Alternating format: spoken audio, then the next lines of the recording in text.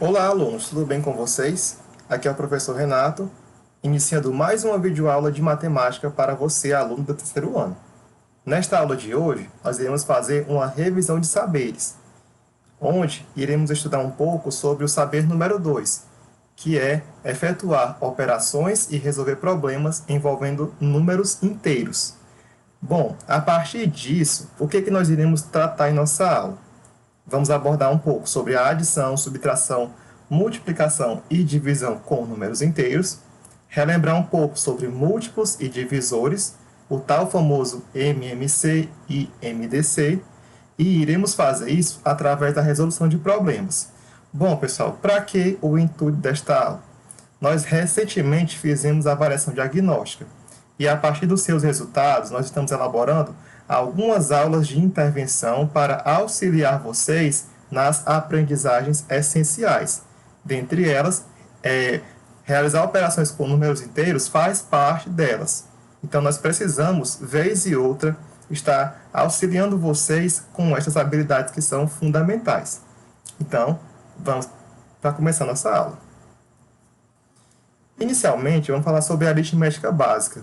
O que vem a ser, então, a aritmética básica? Bom, a aritmética é a área da matemática que estuda os números e as diversas operações que são possíveis de serem realizadas entre eles.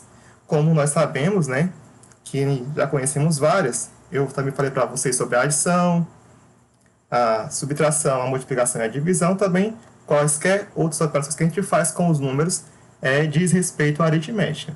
Então, vejamos. Desde pequenos, nos habituamos às operações da aritmética elementar, que são a adição, a subtração, multiplicação e divisão, que entram no nosso cotidiano quando realizamos pagamentos, preparamos listas de compras, que a gente vai somando os valores, controlamos o tempo, fazemos pesagens, etc. Nossa habilidade em efetuar estas operações vem muitas vezes das situações em que as empregamos no dia a dia, nas quais fazemos contas envolvendo apenas números pequenos. Contudo, pessoal, com números maiores, qualquer um pode ter certa dificuldade. Por isso a gente geralmente utiliza calculadora. Mas com a aritmética básica, existe o mecanismo de funcionamento para essas operações, que pode nos auxiliar a resolver estes problemas.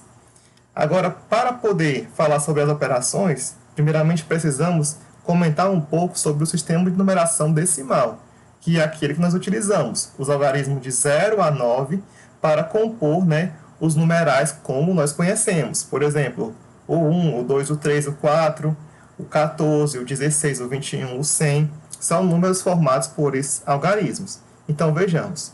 O sistema de numeração decimal tem este nome por usar apenas 10 algarismos. Como eu disse para vocês, vai do 0 até o 9.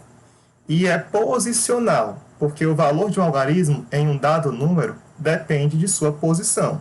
Veja por quê. Vamos ver aqui um exemplo. Eu tenho o número 343. Observe que aqui nele, cada número que eu tenho aqui corresponde a um valor. Por exemplo, o algarismo 3, aqui ele corresponde a 3 unidades. O numeral 4 corresponde a 4 dezenas, não é isso? E esse 3 aqui do início corresponde a 3 centenas. Ou seja, aqui em 343 eu vou ter 3 centenas mais 4 dezenas mais 3 unidades. Tá certo? Então, cada número desses ocupa uma posição e com essa posição eles vão ter um valor diferente. Por exemplo, 3 centenas é 3 vezes 100 unidades. 4 dezenas são 4 vezes 10 unidades. E o 3 unidades são apenas 3 unidades, tá certo? Portanto, você forma assim, através dessa pequena multiplicação e soma, o número que você tinha aqui no começo, 343. E observe de novo, né, que cada algarismo desses, com base em sua posição, tem um valor diferente. Tá ok, pessoal? Continuando. Para facilitar a leitura de numerais grandes, eles são divididos em classes de 3 algarismos, que a partir da sua direita são denominados de classes das unidades, milhares, milhões, bilhões, etc. Por sua vez, cada classe é dividida em 3 ordens, a saber, né, que são elas as unidades, dezenas e centenas, assim como vimos aqui anteriormente, tá bom? Para vocês entenderem melhor, vamos ver aqui outro exemplo. Eu tenho aqui o número 23.145.207. Aí, vamos observar o seguinte. Para poder encontrarmos as classes, nós dividimos os números de 3 em 3, né? A partir da sua direita para a sua esquerda. Por exemplo, essa primeira parte aqui é a classe, né, das unidades. Classe 1, unidades. Tá certo? Aqui nós temos a classe 2, que seria a classe dos milhares. Certo? E a classe 3, que está aqui na ordem, né, tem apenas 2 posições, mas ela seria então a classe dos milhões. Tá ok, gente? Pronto. E em cada classe dessa, você vai ter aqui no caso a unidade, a dezena e a centena correspondente a ela.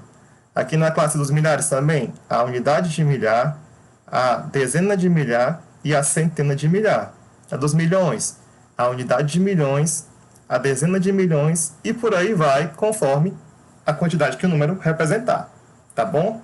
E isso é importante saber porque quando a gente vai fazer operações, essa posição na hora de fazer o cálculo, ele é importantíssimo. E para nós podermos compreender melhor sobre isso, nós vamos ver agora alguns exemplos práticos. Vejamos.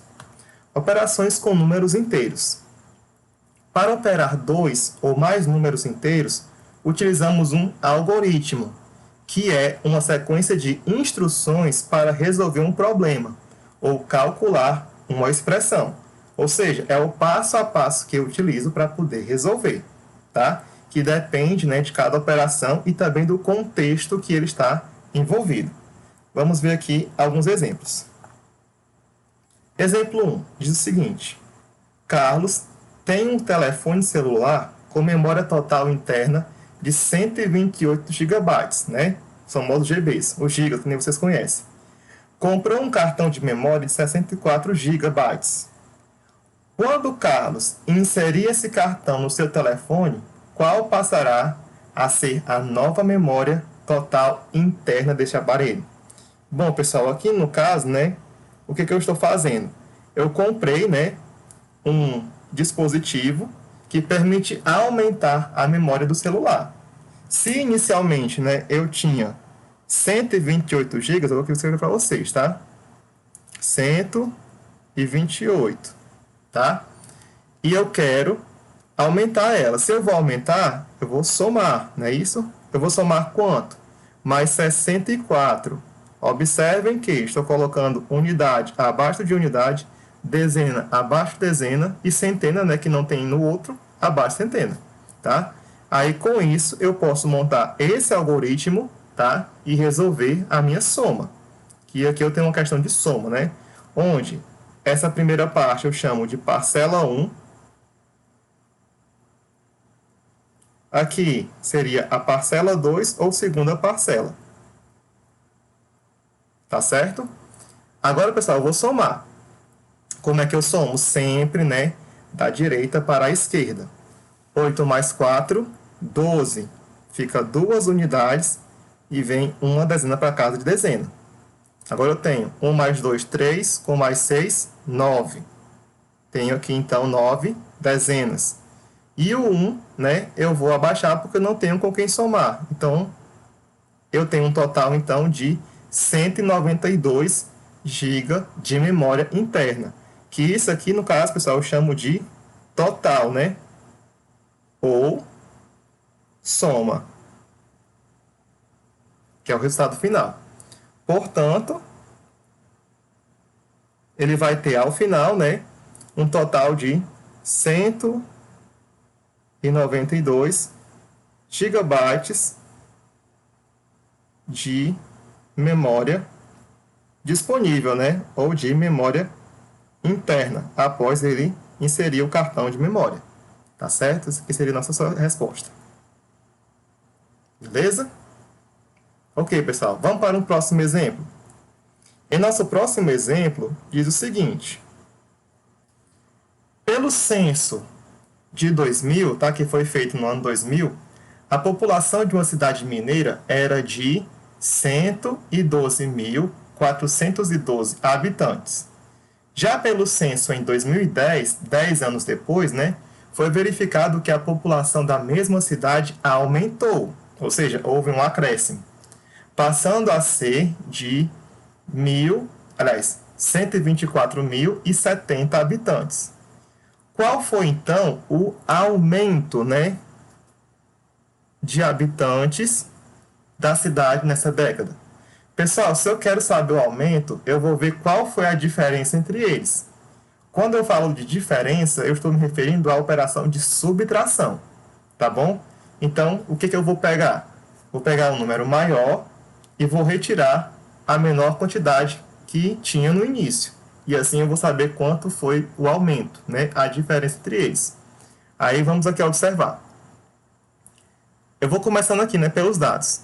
Vou ver aqui quanto eu tenho em 2010, né, que foi o último censo, e quanto eu tenho em 2000, que foi o censo anterior. Aí eu observei o seguinte: em 2010 eu tinha 124.070 habitantes.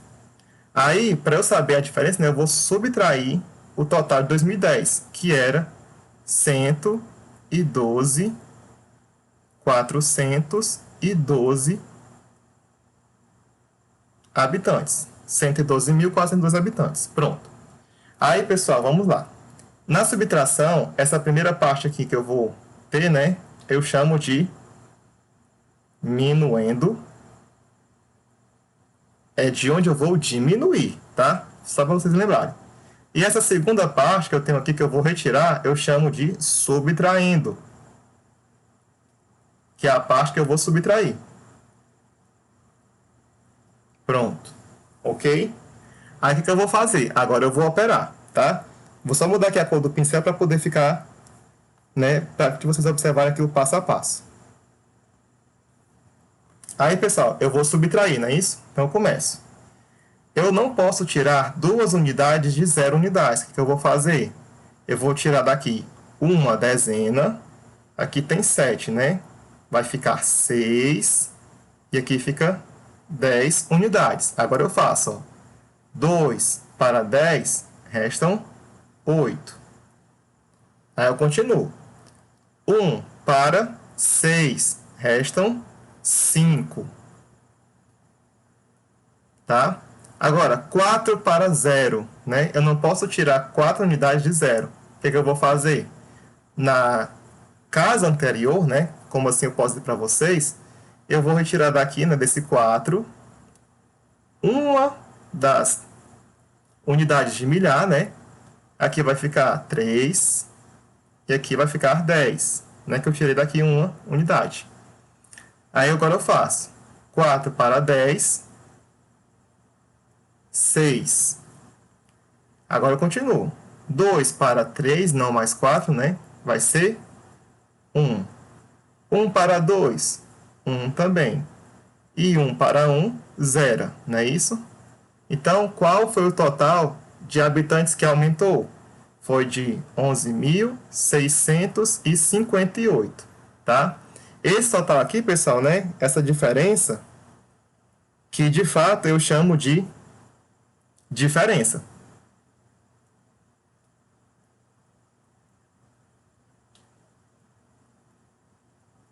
Ou resto. Tá certo? E assim eu chamo, né, no caso aqui, os termos da subtração. Deixa eu só colocar aqui de uma forma que dê para ficar bem. Resto ou diferença. Tá? Então, esse aqui foi o total de habitantes que aumentou, né, de uma década para outra. Tranquilo, pessoal? Vamos para o próximo exemplo, exemplo 3. Diz o seguinte: exemplo 3. Juliana queria comprar um pedaço de tecido para fazer um vestido. Ela fez a medida da quantidade de tecido que precisava usando seu palmo. Né? Muitas pessoas fazem isso, né? E obteve 7 palmos. Se o palmo de Juliana tem 18 centímetros, qual a medida do tecido que ela precisava? Então, pessoal, isso aqui é bem simples, né? Eu vou pegar a quantidade de palmos que ela fez, né, que ela mediu, e multiplicar pelo total que cada um possui, que são 18 centímetros, tá certo? Então, vamos observar aqui o seguinte, como é que eu vou resolver esse problema. Nós sabemos que um palmo dela mede 18 centímetros. E 7 palmos. Basta, né, eu fazer 7 vezes 18. Que aí eu vou encontrar o valor. Então, vamos fazer bem aqui. Eu vou pegar o 18 e multiplicar por 7. E assim, né, eu vou encontrar o valor final. Deixa eu só colocar de volta, né, para poder ficar num cantinho melhor. Vou fazer 18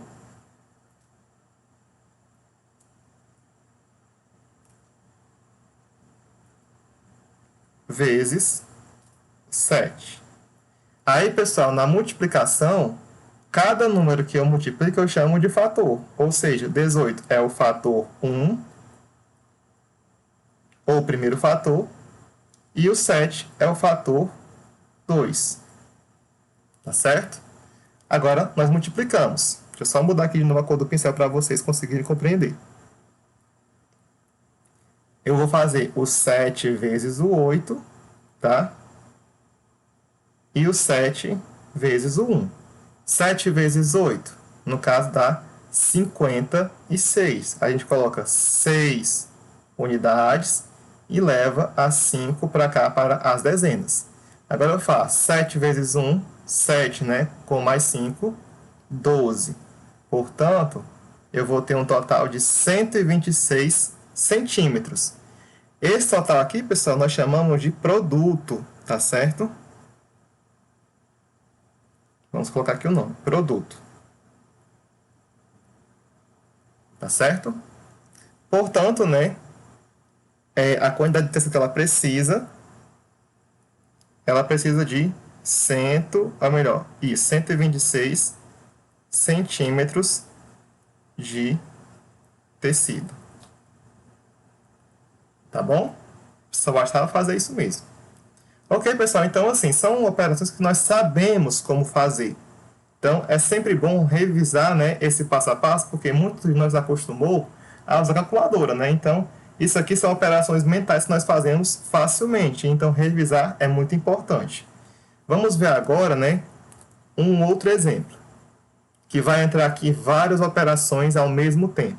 Então, é um pouquinho mais elaborado. Observe comigo.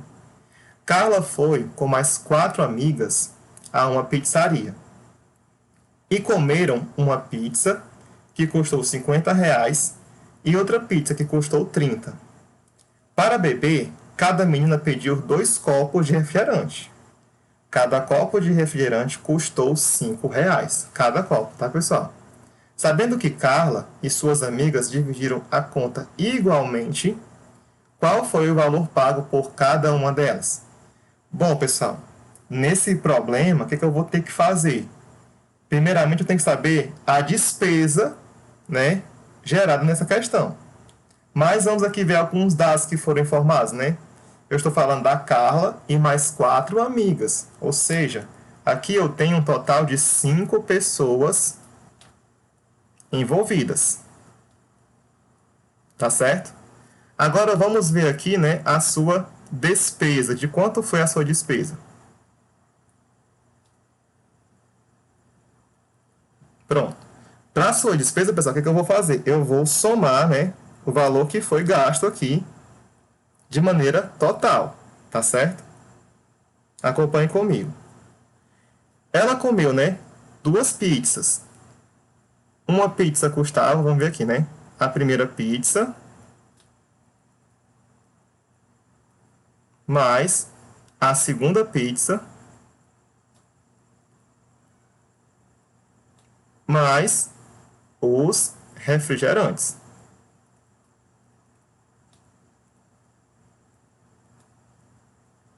Aí vejamos. A primeira pizza ela custou um valor de R$ 50. Então eu vou somar aqui 50 mais a segunda pizza custou R$ 30. Pronto. Aí, pessoal, vamos ver agora os refrigerantes. Acompanhe comigo como é que vai ser essa conta. Ele diz o seguinte, ó, para beber cada menina, ou seja, são 5 meninas, vezes, né? Vezes o quê? Cada uma delas pediu 2 copos. Então, vai ser vezes 2, tá certo? Que são os 2 copos, vezes o valor de cada refrigerante, que custa R$ 5, vezes R$ 5. Pronto. Agora, nós fazemos a conta, né, da despesa. Quanto é que foi ela? Agora eu vou somar tudo e fazer a multiplicação aonde for necessário, né? Eu começo aqui, olha. 50 mais 30 dá R$ 80. Mais 5 vezes 2 dá 10. E 10 vezes 5 dá 50. Tá bom? Só para vocês verem, olha. 5 vezes 2 dá 10. Vezes 5, R$ 50. Portanto, olha, quando eu somar R$ 80 mais 50, eu vou obter um total de 130. Ah, mas como é que eu faço isso? Observe. Eu tenho 80, aí eu boto 50, lembrando que vírgula abaixo de vírgula. Abaixo os 2 zeros e a vírgula, abaixo os zeros, 5 mais 8, 13, que dá 130. Ou seja, a despesa geral foi de R$ 130, que eu vou ter que dividir para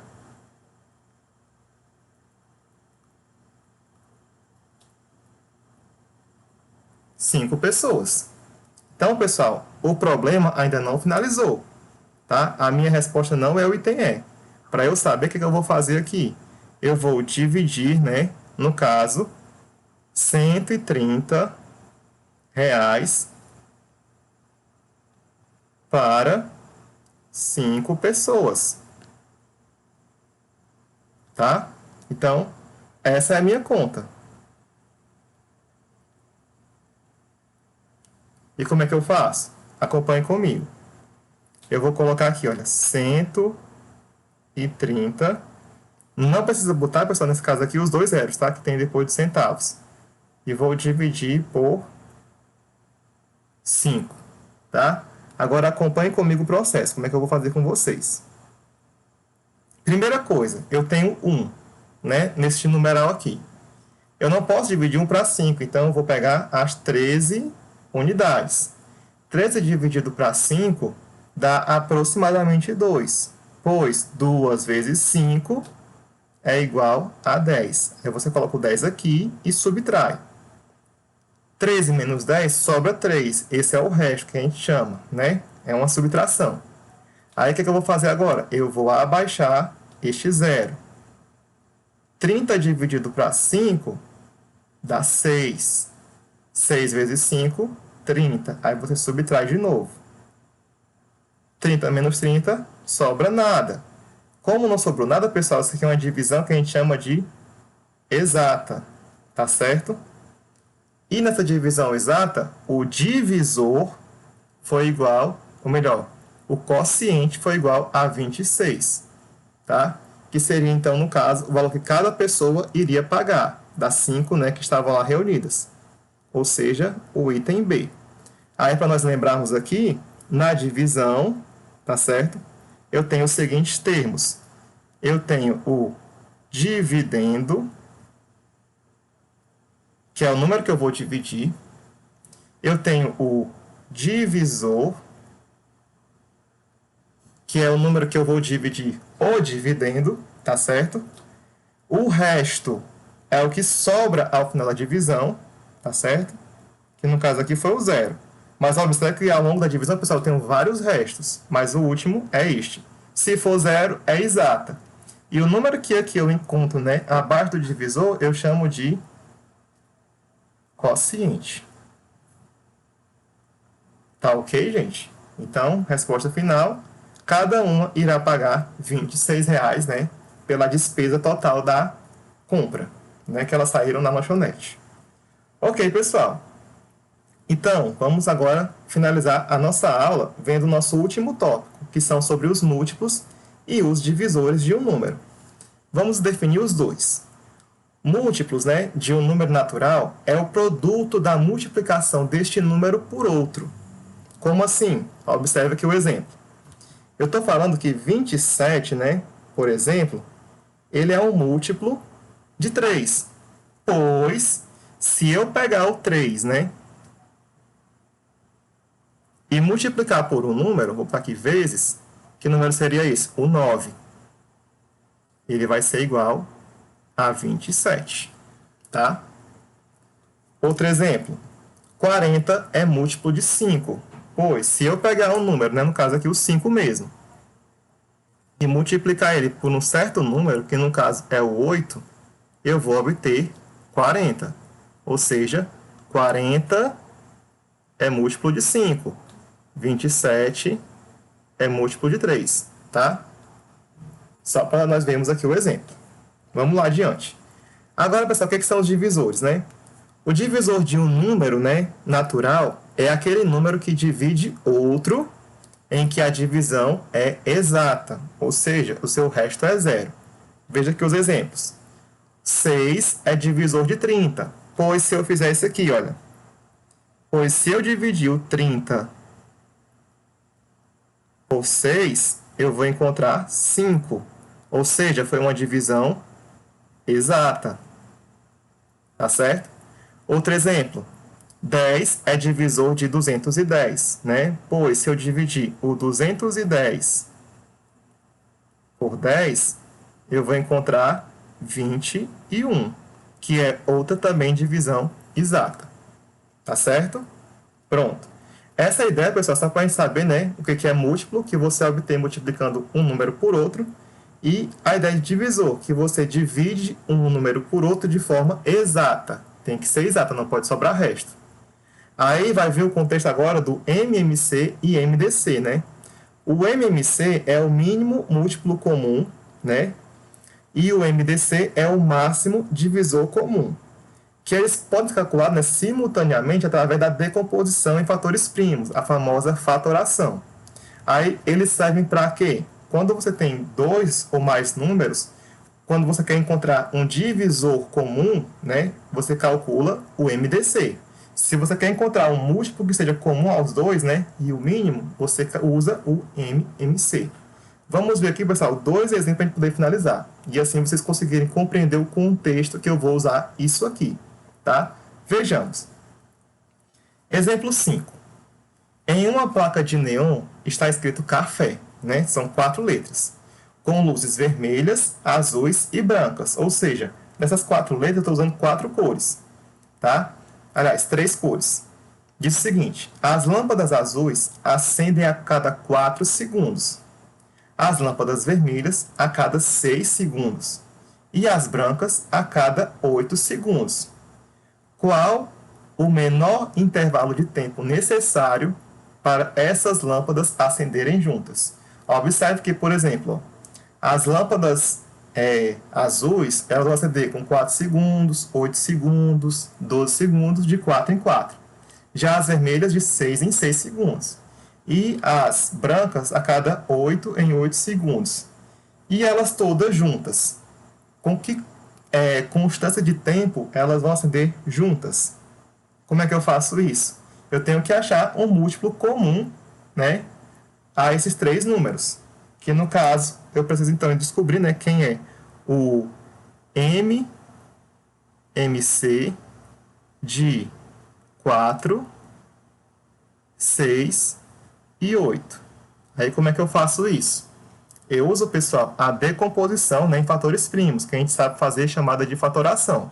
Observem comigo como é que eu faço isso. Eu vou escrever o 4, o 6 e o 8, tá? E vou dividir aqui em alguns fatores. Que fatores são esses? Os números primos. Nós sabemos que sempre precisa começar pelo 2, né? Que ele é o primeiro número primo que existe. Aí acompanhe comigo, começando pelo 2. 4 dividido por 2 dá 2. 6 dividido por 2 dá 3. E 8 dividido por 2, 4. Eu tenho aqui números pares, então ainda continuo dividindo por 2. 2 dividido por 2 dá 1. O 3 não dá, então eu só repito ele. 4 dividido por 2, 2. Tá certo? Ainda tenho números pares? Tenho o 2 aqui, então continuo por 2. Abaixa, que não dá. Repete o 3 também, que não dá. E 2 dividido para 2, 1. Agora, quando chega em 1, eu não posso mais, pessoal, dividir. Só trabalho com quem não é valor numérico igual a 1, que no caso aqui é o 3. E eu só posso dividir o 3 por ele mesmo. Então eu escrevo aqui o número 3, que também é um número primo. Então, de final eu tenho 1, 1 e 1. Ou seja, quem vai ser, então, o MMC de 4, 6 e 8? É o produto, tá certo? Desses números que estão aqui, que eu fatorei, tá certo? 2 vezes 2 vezes 2 vezes 3, tá? Que eu posso dizer o seguinte, que é a mesma coisa de 2, aqui apareceu 3 vezes, ao cubo vezes 3, tá certo? Que isso vai ser igual a quanto? 2 ao cubo é 8, vezes 3, que é igual, então, a 24. Ou seja, a cada 24 segundos, as três cores vão estar acesas. Tranquilo, pessoal? Vamos ver aqui o nosso último exemplo de hoje. Uma fábrica de bombons produziu 210 bombons de chocolate e 160 bombons de morango. Deseja-se embalar todos esses bombons em caixas com a mesma quantidade, tá? Eu não posso ter mais nem menos que em todas, contendo um único sabor por caixa, tá? Então eu não posso nem misturar, né? Não posso somar e dividir todos por um mesmo número. Eu tenho que colocar a mesma quantidade para cada sabor que seja igual. Aí a pergunta é, quantos bombons ficarão em cada caixa, tá? Pessoal, bem simples, como é que eu vou fazer? Observe o seguinte, eu tenho duas variedades de bombons, né? Ou eles são de morango, tá certo? Ou de chocolate. Vamos começar aqui. De chocolate, eu tenho 210. E de morango, eu tenho 160. Aí pensa o seguinte, eu vou precisar dividir por um mesmo número. Eu poderia fazer o MDC de cada um deles, né? Que seria mais prático. Mas pensa o seguinte, 210 é a mesma coisa que 21 vezes 10, né? Pois o 210 é múltiplo de 10 e também de 21. O 160 é múltiplo de 16, né? Vezes 10. Ou seja, ambos são múltiplos de 10. Como eles são múltiplos de 10, fica fácil de achar uma resposta, né? Tá? Que seria basicamente isso. Como eles são múltiplos de 10,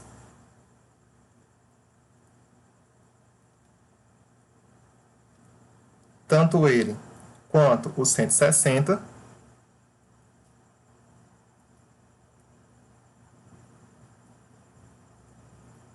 fica fácil perceber que cada caixa, né,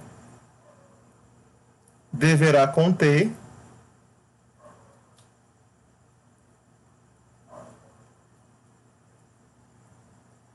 irá conter 10 bombons.